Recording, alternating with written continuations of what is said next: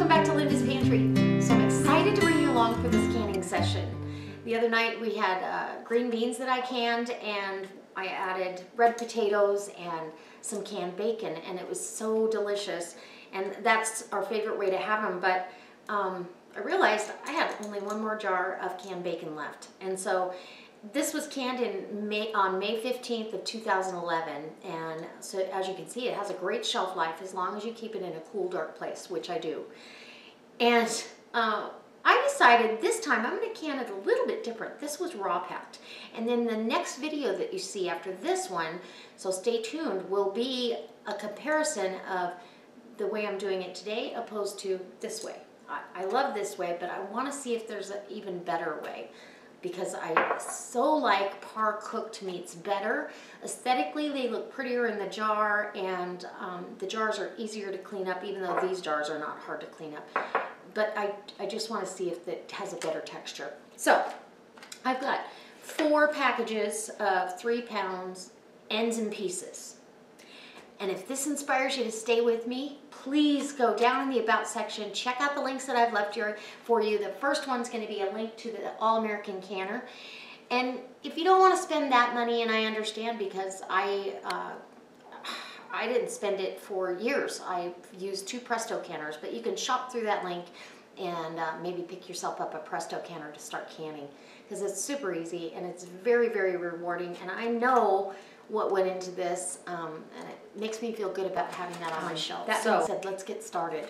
I'm gonna par cook this bacon. I'm gonna cook it about halfway through and then pack. Let me get these open. I'm gonna get them in my electric skillet, get them par cooked about halfway, and then we're gonna start loading jars. So I'll bring my bacon is about 50% cooked, and I opened the package that I wasn't, I'm not familiar with.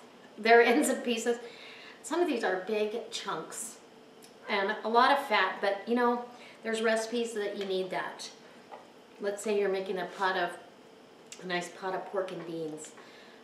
You're gonna need that. So I'm gonna make sure that I get some meat in this jar as well, but I'm gonna pack a couple of these pints with that kind of, you wanna pack this to 1 inch of headspace, and that's it. There we have it. So grab another jar. And I've got my wide mouth lid soaking over here. And I could probably put some more in here. You're going to want to try to pack them down pretty good. When I buy it, you know, a pound per jar is usually, your jar will hold a pound. This lost a lot of water. And that's okay. There's water. Even when you raw pack it, when you open the jar, there's a little bit of water in there. So we're just going to pack these. And these jars will rest in the canner. So packing that down, making sure I fill up my spaces. We've got a good inch of headspace. We're not going to put water in this one. I'm going to put water in one of the small half-pint jars. We're going to take a clean napkin. I've got my bowl of vinegar, and then when we're done, the vinegar will go into the canner. So you wipe the rim of that jar, just like always. And everybody's so worried about fat. I've had jars actually release a lot of fat and fluid and seal and just be sealed perfectly. So don't be as concerned as long as you clean that off first, and that rubber gasket will seep down on there just fine. Put my lid on there. I've got my rings over here. And these jars are warm and the bacon's warm. It's going to go set and rest in the warm canner. When you're picking up your jars, make sure that you always make it a habit to pick up beneath the lowest ring on your jar. Because if you ever pick up one by the ring itself, when you're pulling them out of the canner, they loosen up in the canner and you could actually have a big disaster. So I always, habit-wise, you got to pick it up beneath that. So I'm going to put this in the canner, get the rest of these done, start the next batch. I'll bring you back when the canner's all loaded up. How about that? Or maybe I'll bring you back when we're doing the little pint jars. So now I've got a half pint that's packed nicely, and it's got some of that liquid and fat from the bacon. So we're gonna get this in the canner and let it rest. I'm gonna put the pint jars on the bottom and then the top stack. All right, so now we're ready to can. And I've turned my burner up. You keep the canner when you're holding jars, warm jars. You want to keep it around 180 degrees. You don't want to start the process yet. So until I get my jars all in here, I don't do that. And I'm pouring my extra vinegar in here to keep my jars from getting cloudy. I ended up, out of that 12 pounds of bacon, I ended up with 13 pints and 3 half pints. And the reason I did 1 pound jars this time, or pint jars, is because we tend to go through, maybe if I open a jar of bacon, usually I need it in a recipe later on in the week too. So it will hold in the refrigerator until you use the rest if you don't use the whole thing. Or in the case of a casserole, I usually need the whole thing. So that's why I'm doing both this time. And I will tell you, the first 3 pound package, the brand I wasn't familiar with, it had so much fat in there, and it only gave me 3 pints, or it gave me 3.5 pints. And you know, you've got airspace in these jars. You're not going to fill it completely full without void. But I opened the other ones, the bacon that I really like, the Dailies bacon, and it was beautiful strips of bacon and big pieces of just meat, and not big pieces of just fat. And so I was really very happy with that, and I ended up getting more per package. So we ended up with 13 pints and 3 half pints. So I'm going to get the lid on my canner, and I've got my notch right here. So you want to line up your arrow with your notch here. And you just pull that over. When that comes up under this lip, you know you've got it, okay? And it's super easy to go ahead and opposite sides, take your wing nuts,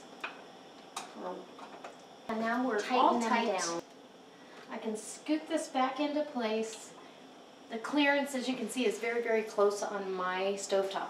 And I just center it over the burner, which it is right now, and bring it up to pressure. What's going to happen is it's going to vent out of this porthole, and we let that vent for 10 full minutes, and then we'll put our weight on. And that, for my altitude, I live at 4,500 feet above sea level, so I use a 15-pound weight, and that's going to can for 75 minutes. The pint jars will be the same amount of time as the half pint jars. All right, guys, I'll be back when this is done. Turn your lid so it releases the locking. Bring it up. We're going to take it over here. And those jars are boiling. My goodness. Smells like bacon in here. So, our jars are all in here boiling away. Make sure, like right now, those lids kind of loosen up. Remember, got to grab below the neck of the jar. So right below where the rim is. You can see how that's boiling in its own liquid. So let's get all these out. So out of the 13, I do have 1 Tadler lid, and we need to tighten that lid down. As you guys have seen in the past, you're supposed to tighten them down. Now, if you're new to this, you want to make sure that your jar isn't, the top isn't bulging too much. This one is not bulging at all. And you want to make sure that the jar isn't acting different than the other jars as far as, okay, you just tighten it the rest of the way down. As far as if it was hissing or anything like that, don't touch that jar. It's not worth getting hurt. I've seen people get hurt, but you want to make sure that you follow the directions and listen to all those jars popping away. That's great. They're all sealing down really quickly, and I won't have to do this again for years. So I hope it inspires you to maybe can your own bacon. It's delicious, and I'll show you in the next video, I'll show you I'm going to open one of these half pints, and I'll open the pint that I had, half pint that I had from 2011, and I'll do a comparison and see if I like this method better than just raw packing. If there's no difference, then raw pack them. You know what I mean? Okay, guys. I hope it inspires you to come back next time. If you're not a subscriber, hit subscribe. If you haven't done it yet, go ahead and hit the like button and share it on your Facebook page. And as always,